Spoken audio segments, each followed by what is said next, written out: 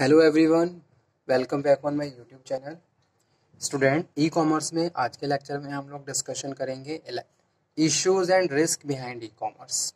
अगर हम e commerce की बात कर रहे हैं तो कौन कौन से इश्यूज होते हैं और किस तरीके के रिस्क अराइज होते हैं जब बिजनेस को इलेक्ट्रॉनिकली रन किया जाता है। ठीक है, तो यही टॉपिक आज के सेशन में हम कवर करने वाले हैं। आई होप आपने लास्ट वाला लेक्चर भी अटेंड कर लिया होगा और कोई डाउट हो, कोई क्वेरी हो तो आप दोबारा से डिस्कशन कर सकते हो। ठीक है, so let's cover today's topic, that is issues and risk behind e commerce. तो सबसे पहले हम ये समझेंगे ई कॉमर्स है क्या। ठीक है, उसके बाद इश्यूज और रिस्क के बारे में डिस्कशन करेंगे। ठीक है, वैसे क्या है, अगर हम किसी भी इंफॉर्मेशन को ऑनलाइन अगर हम शो करते हैं तो वहाँ पे हम बहुत सारे रिस्क रहते हैं कि भाई हमारा डेटा लीक ना हो जाए, या फिर कितनी एक्यूरेसी है, ट्रांसपेरेंसी है, रिलायबिलिटी है। तो इस तरीके की पॉइंट्स और इस तरीके की प्रैक्टिसेस हर बिजनेस पर्सन के माइंड में आती हैं बिजनेस ओवर इंटरनेट रन करने से पहले, कि भाई अगर मैं इलेक्ट्रॉनिक मोड के थ्रू बिजनेस को रन करता हूँ तो मुझे अपनी बहुत सारी इंफॉर्मेशन इलेक्ट्रॉनिकली प्रोसीड करनी होगी। तो ऐसे में मेरा जो कंपनी से रिलेटेड जो फैक्ट है, डेटा है, जो भी मेरी स्ट्रेटेजी है, ऐसा ना हो वो स्ट्रेटेजी लीक हो जाए। ठीक है, तो इस तरीके के रिस्क बहुत सारे माइंड में आते हैं एंटरप्रेन्योर्स के, बिजनेस पर्सन्स के, जब भी वो बिजनेस को इलेक्ट्रॉनिकली रन करते हैं। ठीक है, तो किस तरीके से ये रिस्क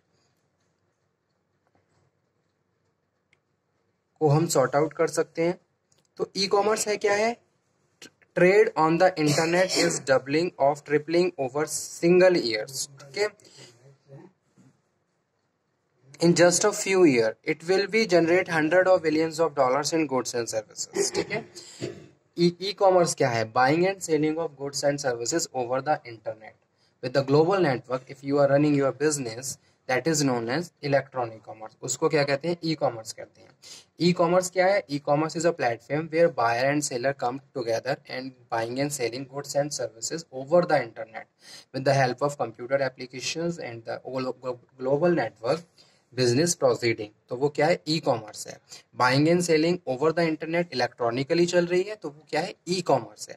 अब ई कॉमर्स के थ्रू बिजनेस को हम बहुत इजीली और बहुत कम टाइम में आगे ले जा सकते हैं और प्रॉफिट जनरेट कर सकते हैं। ठीक है, क्योंकि इलेक्ट्रॉनिक कॉमर्स के थ्रू बहुत सारी चीजें ऐसी हैं जो हम इजीली कवर अप कर सकते हैं, लेकिन उसके पीछे बहुत सारे रिस्क भी रहते हैं, कुछ इश्यूज भी क्रिएट होते हैं। तो कौन कौन से रिस्क और कौन कौन से इश्यूज हैं, तो सबसे पहले यही डिस्कशन करते हैं, रिस्क फ्रॉम ई कॉमर्स। ठीक है, इम्प्लीमेंटेशंस। तो ई कॉमर्स हमने समझ लिया, buying and selling goods and services over the internet. Internet के हेल्प पे, कंप्यूटर सिस्टम पे के थ्रू, इंटरनेट की हेल्प से अगर हम ऑनलाइन गुड्स को खरीद और बेच रहे हैं। ठीक है, ऑनलाइन मीन्स टू से ओवर द इंटरनेट। कोई एक फिजिकल प्लेस नहीं है, इंटरनेट पे ही बायर है और इंटरनेट पे ही सेलर है, दोनों आपस में फेस टू फेस कम्युनिकेशन नहीं हो रहा है, फेस टू फेस मीटिंग नहीं हो रही है। Over the internet they are meeting together and the buying and selling goods and services, that is known as e commerce. उसको ई कॉमर्स कहते हैं। क्या रिस्क रहता है ये समझ लीजिए, the industry perceive the following risk. कौन कौन से रिस्क हैं, फर्स्ट वन है lack of commercial and legal system. ठीक है, अब बिजनेस को अगर हम फिजिकल फॉर्म में कर रहे हैं तो वहाँ पे हमारे पास बहुत सारी ऐसी चीजें रहती हैं, बहुत सारे डॉक्यूमेंटेशंस रहते हैं, बहुत सारे लीगल पर व्यूज रहते हैं। ठीक है, जिनको हम टाइम टू टाइम यूज कर सकते हैं। लेकिन अगर हम बात कर रहे हैं ओवर द इंटरनेट, तो lack of commercial and legal system, तो कोई भी कॉमर्शियल और लीगल सिस्टम नहीं है। ठीक है, ओवर द इंटरनेट अगर कोई भी बिजनेस रन हो रहा है तो लैक ऑफ कॉमर्शियल प्रैक्टिसेस है। ठीक है, and legal system. Lack of infrastructure, कोई इंफ्रास्ट्रक्चर नहीं है, ओवर द इंटरनेट कंपनी चल रही है। ठीक है, यानी कि जो भी आपने वेबसाइट बनाई है उसके थ्रू इंफॉर्मेशन को आप अपने टारगेट ऑडियंस तक पहुंचा रहे हैं कि भाई आप किस तरीके के गुड्स एंड सर्विसेज, किस तरीके की प्रैक्टिसेस अपने कस्टमर को प्रोवाइड करवा रहे हैं। वो सब चीज़ें ओवर द इंटरनेट चल रही हैं। कोई भी फिजिकल इंफ्रास्ट्रक्चर नहीं है जो कि अपने आप में एक मेजर रोल प्ले करता है। ठीक है, कोई भी कंपनी अगर हम स्टार्ट करते हैं तो वो एक पर्टिकुलर प्लेस पे पोजीशन होती है, तो वहाँ पे बहुत सारे चांसेस, यानी कि वहाँ पे रिलायबिलिटी, ट्रस्ट वर्दीनेस वहाँ पे बढ़ जाती है। ठीक है। जो कस्टमर होते हैं उन्हें पता होता है कि भाई ये कंपनी है, कंपनी का इंफ्रास्ट्रक्चर इतना है, कंपनी का टर्नओवर इतना है, ठीक है, और मार्केट में उसकी एक रेपुटेशन एंड गुडविल मेंटेन होती है। लेकिन अगर ओवर इंटरनेट बात करें तो कुछ नहीं पता कि कंपनी क्या है, कब स्टार्ट, मतलब कि उसका इंफ्रास्ट्रक्चर नहीं है, तो ये भी एक प्रॉब्लम है, एक रिस्क की तरह काम करता है। कोई भी इंफ्रास्ट्रक्चर आपको देखने को नहीं मिलता, बस ओवर द नेट इंफॉर्मेशन आप रिसीव कर सकते हो और वहाँ पे जो भी प्रैक्टिसेस दी गई हैं उनके हिसाब से आप बिजनेस ट्रांजैक्शंस को प्रोसीड कर सकते हो, ठीक है। Lack of awareness and technology and its benefits. एक रिस्क ये भी रहता है कि भी अवेयरनेस, अब हर पर्सन अपने आप में इतना अवेयर नहीं है, ठीक है। अगर मैं बात करूं किसी न्यू कमर्स की, तो वो क्या है, अगर वो over the internet business practices को प्रोसीड करना चाहता है तो उसको अपनी अवेयरनेस को बढ़ाना होगा, ठीक है। जब तक आप अपनी अवेयरनेस नहीं बढ़ाओगे तब तक आप ओवर द इंटरनेट बिजनेस को प्रोसीड नहीं कर सकते। Each and every information you have to know and you have to sort out every problems related to the technology and the computer systems. तो अवेयरनेस होनी चाहिए, टेक्नोलॉजी अपडेटेड होनी चाहिए, आपको हमेशा अपडेट रहना है। अगर कोई भी चेंजेस आ रहे हैं, that changes must be accepted so you can perform your electronic functions effectively, ठीक है। ऐसा नहीं है कि आपने वहाँ पे बहुत ज़्यादा टाइम कंज्यूम कर लिया तब जाके आप क्या कर रहे हो, चेंजेस को एक्सेप्ट कर रहे हो। Immediately you have to accept the changes because you want to stay with your with technology, ठीक है। टेक्नोलॉजी के साथ आपको हमेशा चलना है, तो उसके लिए आपको जो भी चेंजेस आ रहे हैं इमीडिएटली एक्सेप्ट करने होंगे और उनको इम्प्लीमेंट करना होगा, ठीक है। तो वही चीज़, और उसके लिए आपके स्किल्स भी पॉलिश होनी चाहिए, आपके पास प्रॉपर नॉलेज होनी चाहिए, आप अवेयर होनी चाहिए हर चीज़ से, ठीक है। Lack of legal issues like trust and liability. Legal issues ये रहते हैं कि कोई ट्रस्ट इतना नहीं कर पाता, हर बंदा इतना ट्रस्ट नहीं कर पाता ओवर द इंटरनेट। अगर आप ऑनलाइन कुछ किसी भी चीज़ को खरीद रहे हो तो वहाँ पे पेमेंट की भी प्रॉब्लम्स रहती है। ऐसा नहीं है कि हर बार हर बंदा अपने आप में एक तरीके से ट्रस्ट नहीं कर पाता है कंपनी पे, और ओवर पेमेंट सिस्टम पे भी वो प्रॉपरली प्रोसीड नहीं कर पाता है। तो ये भी एक प्रॉब्लम है, यानी कि कंपनी के ऊपर online over the internet trust नहीं रहता, ठीक है। तो ये भी एक प्रॉब्लम है, ये भी एक रिस्क है, लाइबिलिटी है। Lack of encryptions like trust and assurance. एकदम से हर कस्टमर ट्रस्ट नहीं करता है कंपनी की प्रैक्टिसेस पे, जो प्रैक्टिस कंपनी प्रोवाइड करवा रही है, ठीक है। एश्योर नहीं रहता है। Lack of consumer protection law, या फिर कंज्यूमर प्रोटेक्शन लॉ के जितने भी प्रोविजंस हैं आप उनसे अनअवेयर है, ठीक है। अगर कोई बिजनेस पर्सन है ओवर द इंटरनेट अपने बिजनेस को रन कर रहा है तो उसको एवरी प्रोविजंस अवेयर होनी चाहिए और साथ के साथ उन प्रोविजंस को उन्हें फॉलो भी करना है। कि भाई अगर आप ओवर द इंटरनेट बिजनेस को रन कर रहे हो तो certain provisions imposed on you people and you have to follow, you must be follow that provisions so you can perform your business functions electronically in very effective and smooth way, ठीक है। तो ये सारे consumer protection law के जितने provisions हैं वो।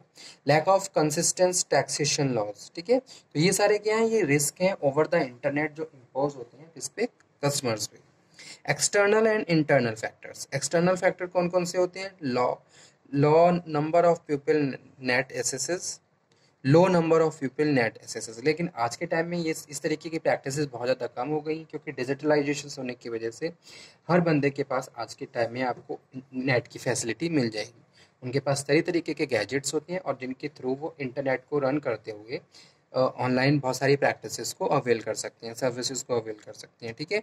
लेकिन बहुत सारे ऐसे भी लोग हैं जो अभी भी नहीं जानते हैं, क्योंकि इंडिया क्या है, इंडिया एक रूरल, इंडिया की जो मैक्सिमम पॉपुलेशन है वो रूरल एरिया से बिलोंग करती है। तो ऐसे में लोग अवेयर नहीं है about the internet and the other functions. तो ये भी एक प्रॉब्लम है, पुअर कम्युनिकेशन है, प्रॉपर कम्युनिकेशन नहीं है। अगर आप कोई किसी भी चीज़ को फेस कर रहे हो तो आप उसको कम्युनिकेट नहीं कर पाते, जिसकी वजह से आपको टाइम पे प्रॉब्लम का सॉल्यूशन नहीं मिलता है। That is also create a very big problem to the number of the customer because they, एक उनके अंदर हेजिटेशंस और नर्वसनेस है कि भाई अगर हम किसी चीज़ को नहीं जानते और वो चीज़ हम किसी से पूछ रहे हैं तो इट मीन्स कि वी आर लो, ठीक है। तो इस तरीके की प्रॉब्लम भी बहुत ज़्यादा रहती है। लीगल एंड रेगुलेटरी फ्रेमवर्क उसके बारे में प्रॉपर नहीं पता है। Internal lack of infrastructure, infrastructure नहीं होता और प्रॉपर कम्युनिकेशन सिस्टम नहीं होता है। लैक ऑफ आईटी सिस्टम्स या फिर आईटी सिस्टम्स नहीं है। जैसे आप कोई नया बिजनेस करने जा रहे हो ओवर द इंटरनेट, तो सबसे पहले आपका आईटी सिस्टम या आपके पास प्रॉपर इंफ्रास्ट्रक्चर होनी चाहिए, आपके पास नंबर ऑफ सिस्टम्स होनी चाहिए, आपके पास सर्वर्स होना चाहिए, आपके पास जो भी रिक्वायर्ड हार्डवेयर एंड सॉफ्टवेयर है वो सारी फैसिलिटी होनी चाहिए, तभी जाके आप electronically over the internet running कर सकते हो। ठीक है, तो ये सारे इश्यूज हैं और रिस्क हैं बिहाइंड द इलेक्ट्रॉनिक कॉमर्स। इस तरीके की प्रैक्टिसेस सामने आती है जब भी हम इलेक्ट्रॉनिक कॉमर्स की बात करते हैं। ठीक है, इस इन सब पे काम करना होता है, तभी जाके आप इजी तरीके से बिजनेस को ऑनलाइन प्रोसीड कर सकते हो। ठीक है, तो आज का टॉपिक हमारा यही था।